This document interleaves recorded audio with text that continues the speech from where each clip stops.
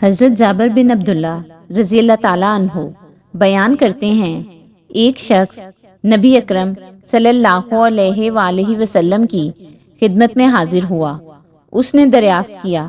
کون شخص سب سے زیادہ علم رکھتا ہے؟ نبی اکرم صلی اللہ علیہ وآلہ وسلم نے ارشاد فرمایا، وہ جو لوگوں کے علم کو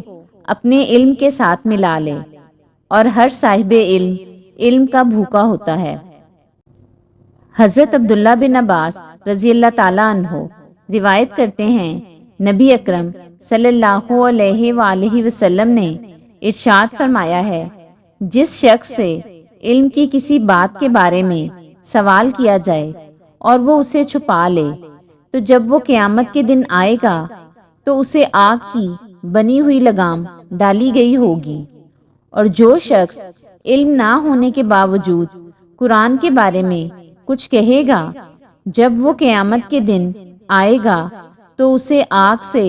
بنی ہوئی لگام ڈالی گئی ہوگی۔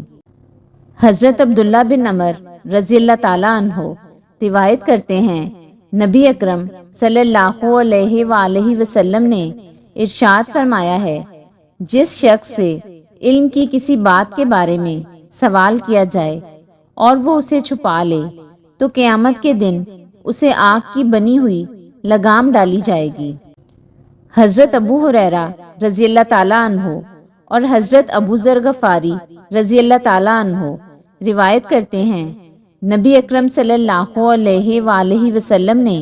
ارشاد فرمایا ہے، جب کسی طالب علم کو موت آ جائے اور وہ اسی حالت میں یعنی علم کے حصول کے دوران